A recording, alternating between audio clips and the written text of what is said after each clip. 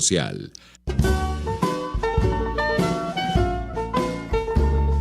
A partir de este momento, los invitamos a formar parte de esta mesa donde se componen y descomponen los problemas del país. RCR presenta Buen Provecho.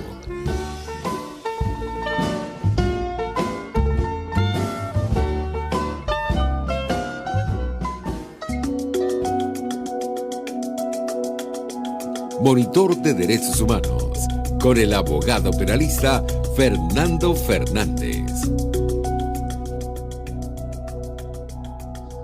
Buen mediodía y buen provecho. Les deseamos a todas las personas que nos escuchan.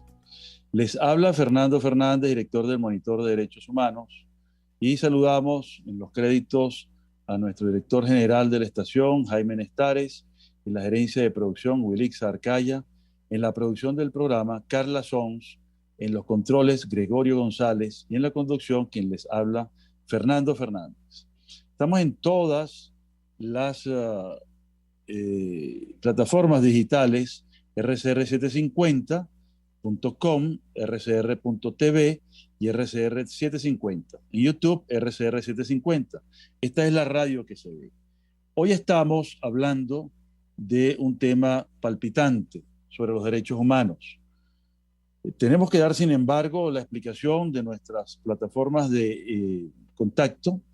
En Twitter estamos en DH Monitor, @fm_Fernández, y tenemos las etiquetas, la etiqueta Monitor DH y Observa Crímenes. Nuestro correo electrónico es fmfmonitordh@gmail.com. Hoy, 24 de marzo de 2021, tenemos el agrado de tener como invitada a la doctora Beatriz Borges. Beatriz Borges está en fase de conectarse con nosotros. Evidentemente ha tenido problemas de conexión. Es algo que va junto a la pandemia y cada día empeorando un poco más el tema de la conexión, ¿no? Y le hemos pedido conversar sobre los derechos humanos y la pandemia. Ella también nos ha pedido poder hablar del Centro Cívico para el Rescate de la Democracia. Y hemos querido conversar con ella sobre distintos temas relacionados con los derechos humanos. El más importante, creo que quizás es el más palpitante, es que ayer en la noche fue publicado el informe del Departamento de Estado sobre Derechos Humanos en Venezuela, en el mundo entero en realidad. Ese es un informe que da la vuelta al mundo, que da cuenta pues de la situación de los derechos humanos en todos los países donde ese país tiene relaciones diplomáticas. Se destacan pues los problemas que durante el año 2020 ha habido en todos los países y en concreto el caso de Venezuela. Es un informe de 48 páginas, un informe bastante bien construido, con muchos datos, con mucha información fehaciente, recogida sobre todo a partir de las informaciones que dan autoridades internacionales en el plano, por ejemplo, del Consejo de Derechos Humanos, el informe de determinación de los hechos sobre Venezuela, que ha realizado la misión especial que fue designada por el Consejo de Derechos Humanos y que rindió un informe abundantísimo en datos e información en septiembre de 2020. Ya hubo una actualización ahora en el mes de febrero y bueno, eso ha sido uno de los puntos fundamentales que menciona el informe que presenta el Departamento de Estado al Congreso de los Estados Unidos. También recoge el informe de la alta comisionada ante Naciones Unidas de los Derechos Humanos, la señora Michelle Bachelet, quien también había hecho sendos informes, uno en septiembre y ahora uno en febrero, ante el Consejo de Derechos Humanos, donde apunta pues el recrudecimiento de los problemas. Y uno de los detalles interesantes de este informe de la señora Bachelet es que habla de un recrudecimiento no solamente de los problemas en materia de derechos humanos, sino de las políticas de ataque a los venezolanos y a la población venezolana en concreto, ¿no? Recrudecimiento que se ha visto en aumento significativo de las llamadas ejecuciones extrajudiciales, concretamente los casos que han ocurrido en la ciudad de Caracas. También da cuenta este informe y obviamente recoge también lo que ha dicho la FFM, que es la misión de determinación de los hechos para el caso de Venezuela, en lo cual también se habla pues del recrudecimiento de estos hechos en distintas etapas, ¿no? Detenciones arbitrarias, que evidencia otros hechos también, torturas, abusos sexuales, desapariciones forzadas, persecución. Y esto hace pues que haya un tema grueso y materia sobre la cual conversar. Quisiera saber si Máster me avisa si la doctora Borges logró comunicarse. Ah, perfecto. Entonces, saludamos a la doctora Beatriz Borges y queremos darle, digamos, la bienvenida, enunciando un poco lo que son sus credenciales y su identificación fundamental. Ella es directora de CEPAS, una organización dedicada a los derechos humanos, y también es participante del llamado Centro Cívico, que hace una propuesta muy interesante sobre el fortalecimiento y rescate de la democracia. Beatriz Borges es abogada, también es profesora de Derechos Humanos en la Universidad Católica Andrés Bello, defensora y activista de los derechos humanos y, por supuesto, una persona destacadísima y que siempre deslumbra por su talento, por su brillantez en sus informes y en su actividad profesional. Bienvenida, Beatriz, ¿cómo estás? Hola Fernando, muchísimas gracias por el espacio y por tener la oportunidad de esta conversa contigo, pues que siempre es muy grato y bueno, además de poder conversar sobre estos temas de defensa de derechos humanos y democracia en Venezuela, pues en un contexto tan complejo, tan doloroso para los y las venezolanas que están dentro, pero también los que estamos fuera del país, que seguimos trabajando por nuestro país y por los derechos de los y las venezolanas. Ciertamente, Beatriz, te hacemos un seguimiento muy cercano a todas tus actividades y tus participaciones, haciendo incidencia siempre y conquistando muchos espacios para Venezuela, pues, en esta materia. Quería preguntarte, en primer lugar, ¿qué es CEPAS? ¿Cómo nos puede definir a CEPAS y un poco cómo se inserta en este tema de los derechos humanos, desde cuándo, quiénes lo integran, los programas, los proyectos de trabajo y así sucesivamente?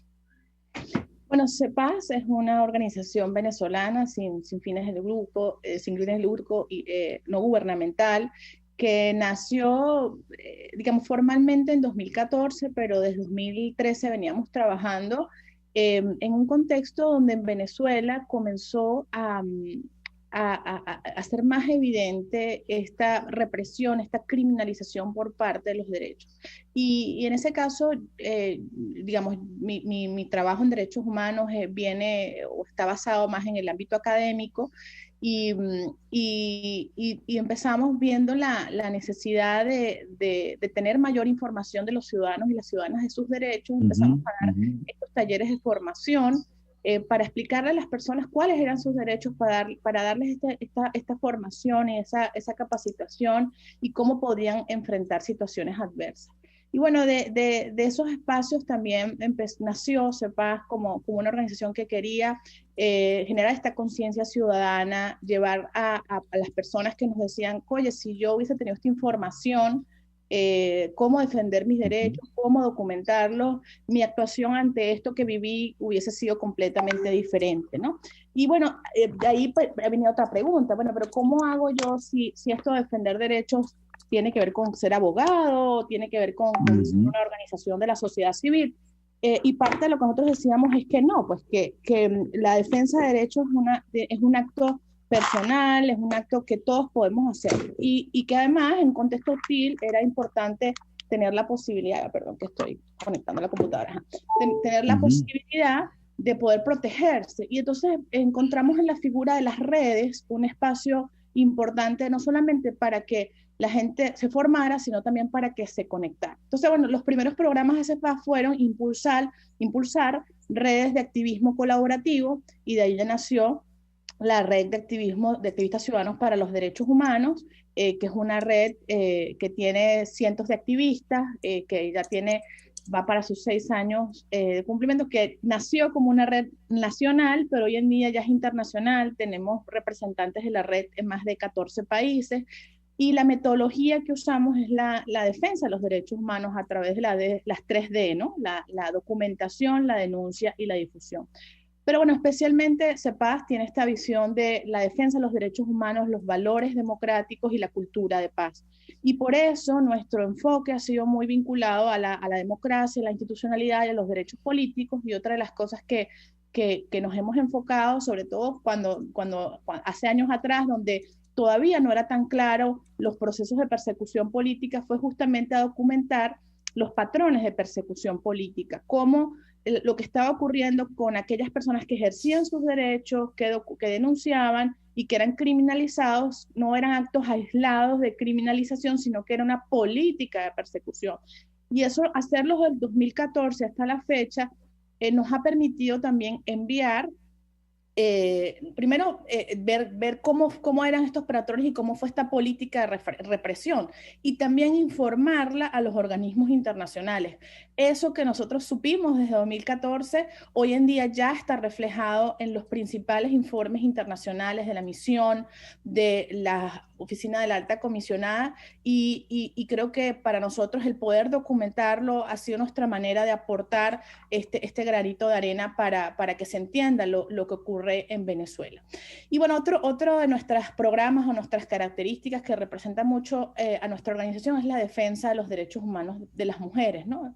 No solamente porque las consideramos que las mujeres somos parte de la construcción de la democracia, en la defensa de los derechos humanos, sino también que es importante ver cómo en el contexto de Venezuela, pues estos derechos son afectados de forma diferenciada y agravada, y hemos combinado nuestras acciones o nuestras metodologías también en la promoción de redes de trabajo colaborativo, en espacios para erradicar la violencia contra las mujeres, como la Red Naranja, de la cual somos organización impulsora, pero somos también parte de ese espacio donde producimos información que ayude a entender lo que pasa en Venezuela, donde no hay información o datos públicos. Allí tenemos el monitoreo de feminicidios, que ayuda a no solamente a ver las cifras, que es un subregistro producido por los medios de comunicación, pero además hacemos un análisis de lo que son los fenómenos asociados para hablar de cómo es la violencia en Venezuela. Pero también trabajamos con el tema de la construcción de paz y combinado con la acción humanitaria con mujeres, porque si bien es cierto, nuestro primer inicio, sobre todo con mujeres de base en zonas populares, fue trabajándolas, empoderando, dándoles conciencias de derecho. A lo largo del tiempo y sobre todo en los últimos 3-4 años nos dimos cuenta que no podíamos trabajar solo derechos humanos sin combinarlo con la acción humanitaria. ¿Por qué? Porque las mujeres necesitan las necesidades básicas como la alimentación, la salud, el agua, sus condiciones de vida están totalmente afectadas profundamente. Entonces, no podemos hablarles de derechos sin con 3 o 4 días que ellas no han podido tener acceso a alimentos, ¿no? Entonces, el poder tener, o por ejemplo, que ellas no pueden asistir a los talleres porque tienen la menstruación y no tienen cómo tener su higiene menstrual. Y de allí, pues, así como vamos y les hablamos del derecho a la vida, a una libre violencia, les hablamos de empoderamiento, les hablamos de sus derechos, también nos ha tocado hacer acción donde puedan tener acceso a su salud sexual y reproductiva, a copas menstruales, a alimentos y formas de supervivencia que le permitan este proceso de empoderamiento y de sobrevivencia en un entorno muy contexto. Bueno, nuestros programas son amplios y estamos a nivel local y también a nivel internacional, también por una dinámica personal.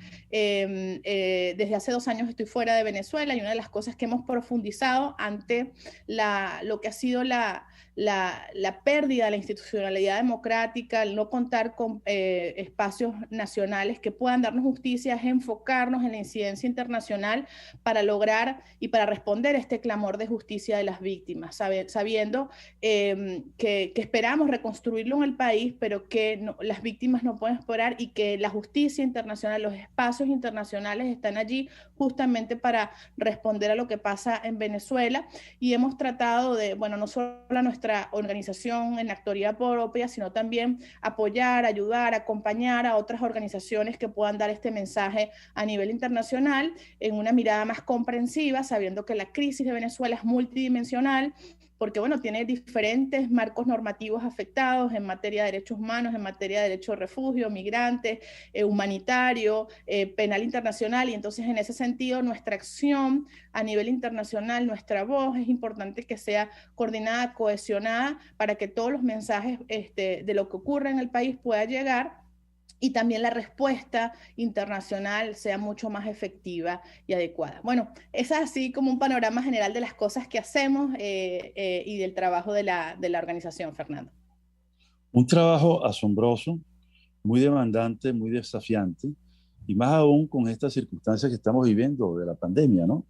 Porque ya antes de la pandemia había una emergencia humanitaria compleja que se ha tornado mucho más difícil, compleja, abrumadora durante la pandemia.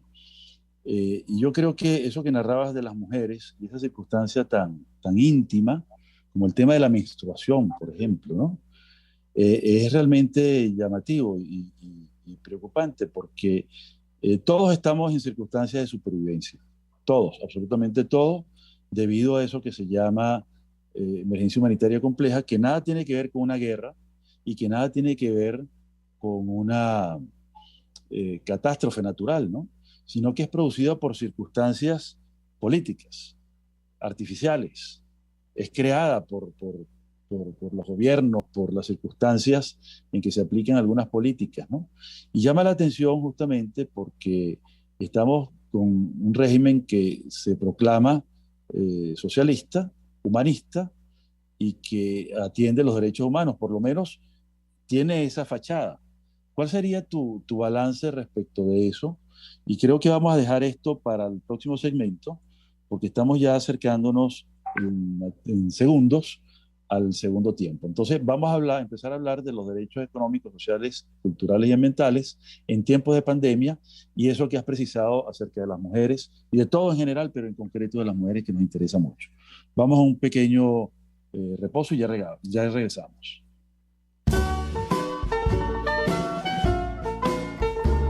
Los grandes temas se debaten en la mesa. Buen provecho por RCR 750, la radio que se ve. Y síganos en Twitter en @RCR750.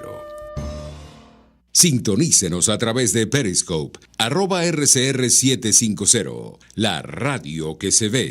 Los trajes de baño Yuyu, diseñados por Georgiana Reyes, están confeccionados con las mejores telas importadas. Yuyu es el traje de baño bikini o entero, hecho especialmente para realzar el cuerpo de cada mujer, cortados y confeccionados uno a uno, con manos venezolanas, cuidando los detalles de cada prenda. ¿Cómo lo quieres? ¿A la medida o de su catálogo?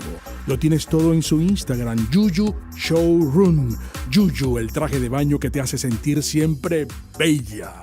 Ecuatorianos y ecuatorianas, el Consejo Nacional Electoral de la República del Ecuador convoca a la segunda vuelta electoral de las Elecciones Generales 2021, a celebrarse este domingo 11 de abril en el horario de 9 a 19 horas. En Caracas, en el Colegio Don Bosco de Altamira, y en Valencia, en el Hotel Executive Suites, antiguo Hotel Embassy. Urbanización El Viñedo, Calle de los Cafés. Acuda a votar con el original de su pasaporte o cédula ecuatoriana, aunque se encuentren vencidos. Deberá respetar las medidas de bioseguridad dispuestas por autoridades locales y los protocolos determinados por el Consejo Nacional Electoral del Ecuador. Para trasladarse, utilizar siempre cubreboca y guantes. Para votar, acuda con su propio bolígrafo y sin acompañantes, salvo necesidad justificada en casos de vulnerabilidad. Se le informa a la comunidad ecuatoriana que las oficinas consulares en el exterior no tienen la facultad de entregar certificados de presentación. Si usted no está empadronado para votar en Venezuela, no es necesario que acuda al centro de votación. Si está empadronado en el exterior y no vota en las elecciones generales 2021,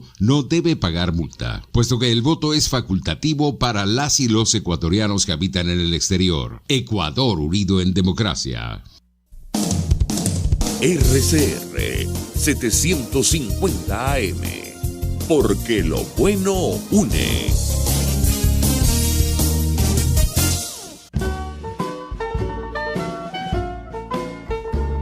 Escuchas Buen Provecho por RCR 750, la radio que se ve.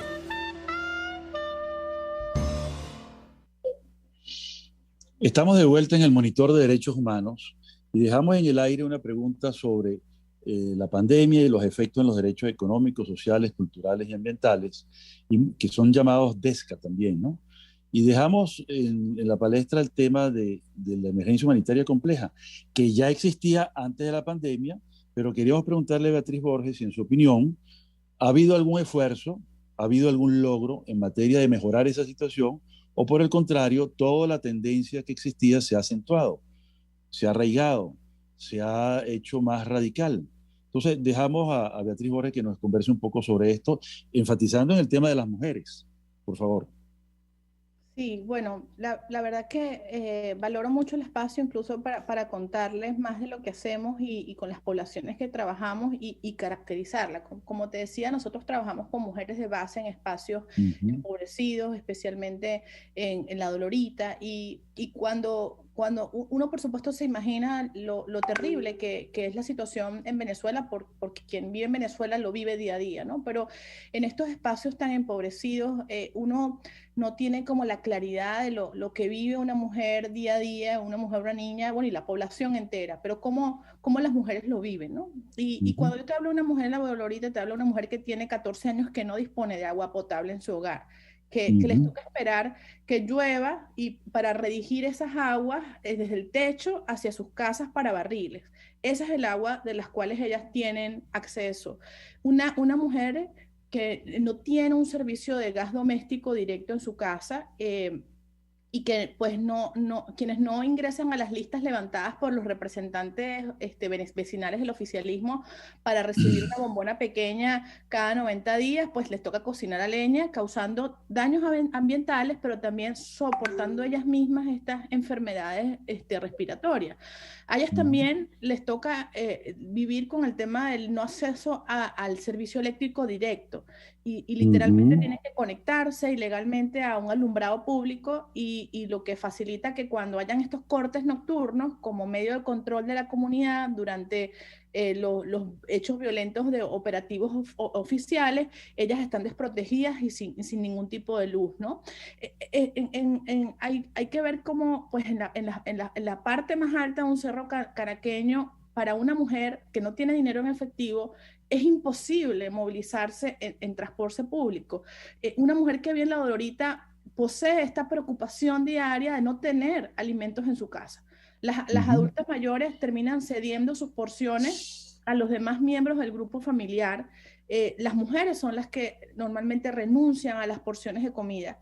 Y cuando vemos cómo ellas, o sobre los programas promovidos, desde las instancias oficiales, bien sea con los alimentos subsidiados, con las cajas de CLAV, vemos que esta distribución es completamente irregular y manejadas con criterios políticos. Incluso ellas son clasificadas. Cuando estamos previos a momentos electorales, se les censa y se les pregunta, bueno, tú eres voto duro, voto oficialista o voto opositor. Son instrumentalizadas y las llamadas voto blando, que son vulnerables y saben que si ellas no se identifican como voto oficialista, pueden perder los beneficios de las bolsas de alimentos. Entonces, ahí te hablo de la salud, de la participación política, de la movilización, del acceso al agua, es decir, todos los derechos violados. Y miro con especial preocupación lo que ellas viven en términos de lo que tiene que ver con su acceso a los derechos sexuales y reproductivos. Y por ejemplo, cómo el embarazo adolescente ocurre dentro de las familias y se advierte con mayor dificultad. Lo que vemos es esta práctica de sexo por supervivencia, porque ante a ningún acceso para sobrevivir,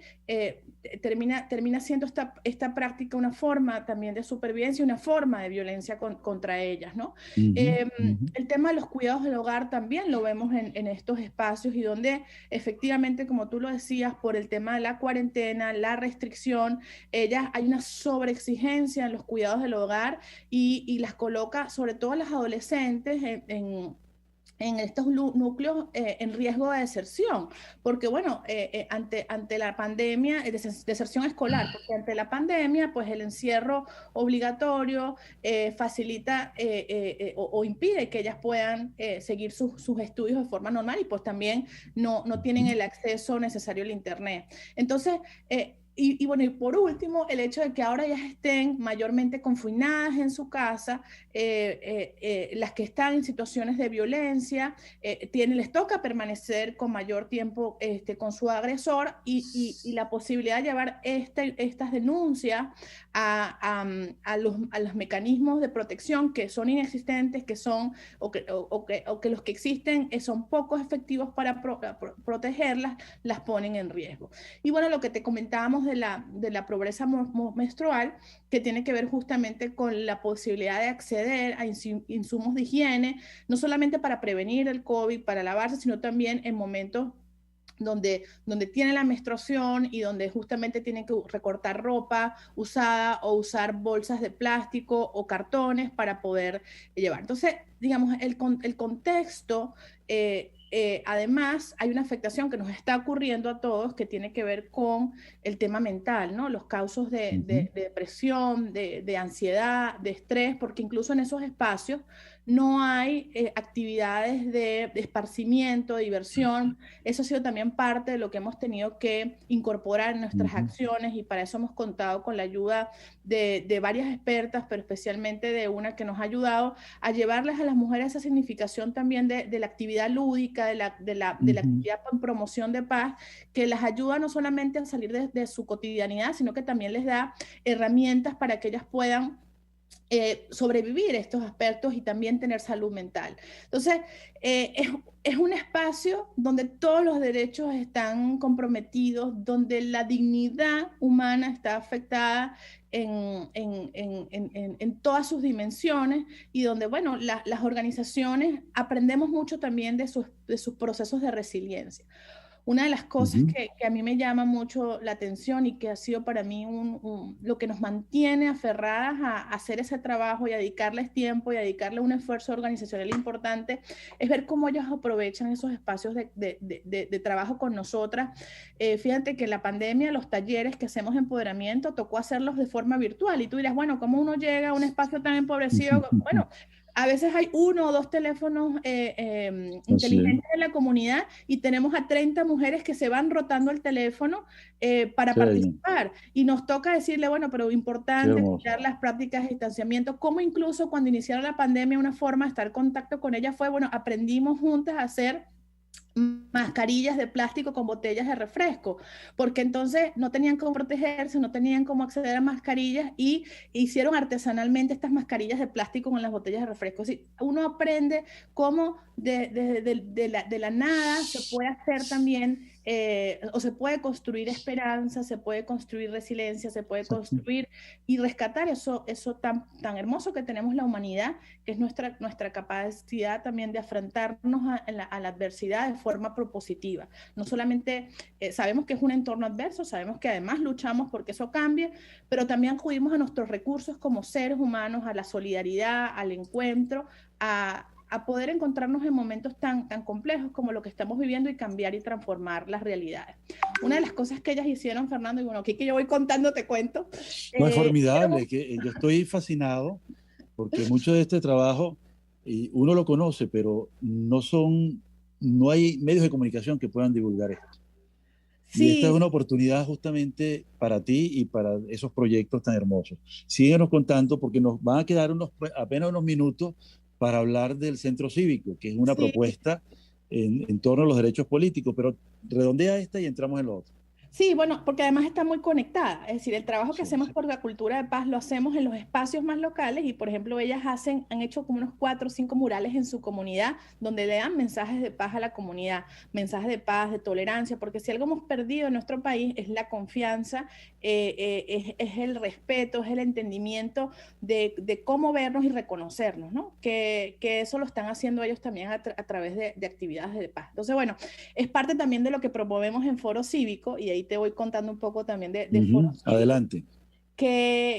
bueno, nosotros tenemos esta preocupación por la pérdida de la democracia, por la criminalización de nuestros derechos, y bueno, hemos documentado, hemos denunciado, acudimos a las instancias internacionales, trabajamos con la población en nuestra población beneficiaria, en la exigencia de los derechos, pero además también aliviamos el sufrimiento. Pero con todo eso dijimos, en este contexto, si no logramos recuperar la democracia, si no tenemos democracia, vamos a seguir viviendo en adversidad, porque la falta y la pérdida de la democracia en las instituciones es lo que han hecho el devastamiento de nuestro país en todos los ámbitos. Entonces, la pregunta es, en este contexto, ¿cuál es nuestro rol como organizaciones de la sociedad civil para cambiar, para transformar? Y ahí venimos conversando por muchos años en un espacio que se llama Diálogo Social, donde así como CEPAS nos encontramos con otras organizaciones con la misma preocupación que decimos, tenemos el derecho a luchar por la democracia, queremos hacerlo por los medios pacíficos, democráticos e inconstitucionales, ¿cómo nos activamos? Porque además esta discusión se ha dado entre actores políticos, entre el liderazgo democrático y un gobierno de carácter autoritario, dictatorial, que no ha logrado responder a garantizar los derechos de la ciudadanía. Entonces, ¿cómo hacemos para lograr ese cambio que queremos? Entonces, bueno, ha sido un proceso muy largo de diálogo, donde hemos identificado pilares de nuestra acción, y la base de nuestra acción son los derechos humanos, y hemos empezado a entender que lo que necesita Venezuela para lograr un cambio político es un acuerdo.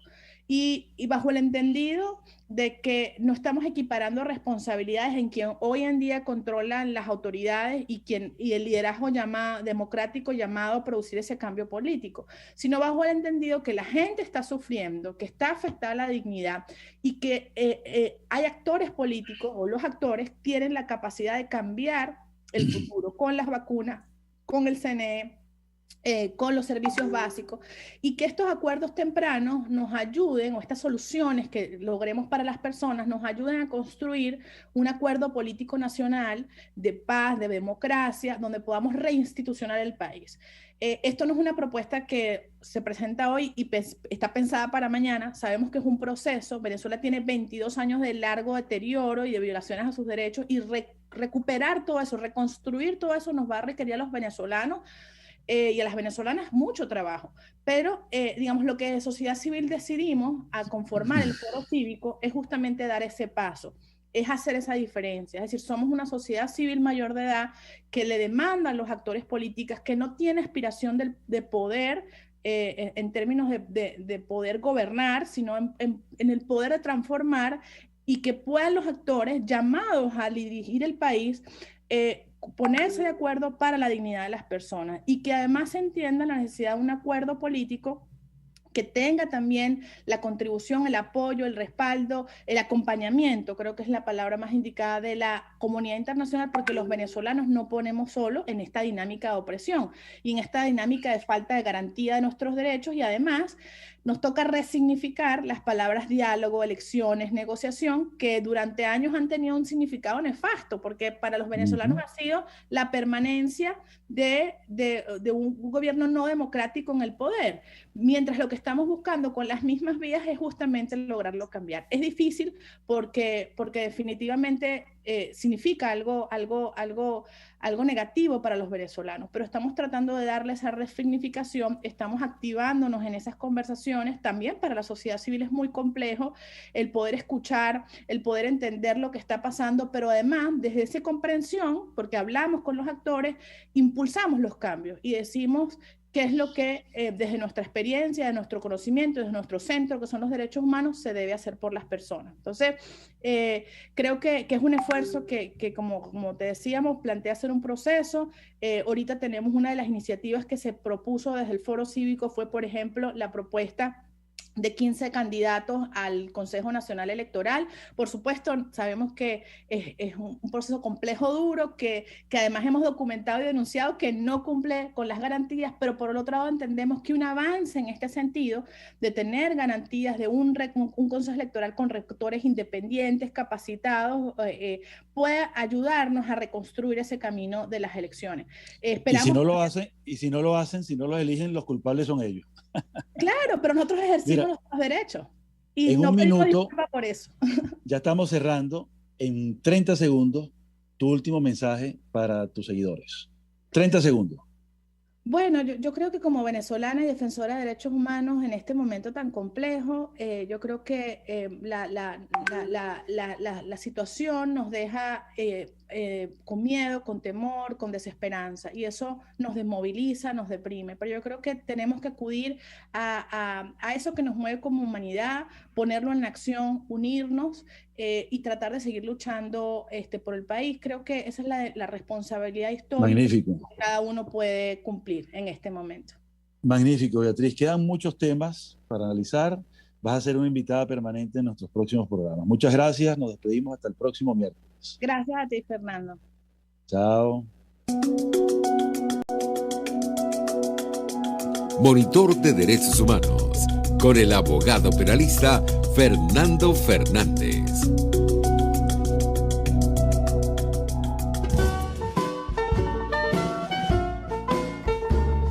RCR presentó Buen Provecho. Síganos en Twitter como @RCR750, la radio que se ve. RCR presentó Buen Provecho, una producción nacional independiente con certificado número 22388 para dar cumplimiento al artículo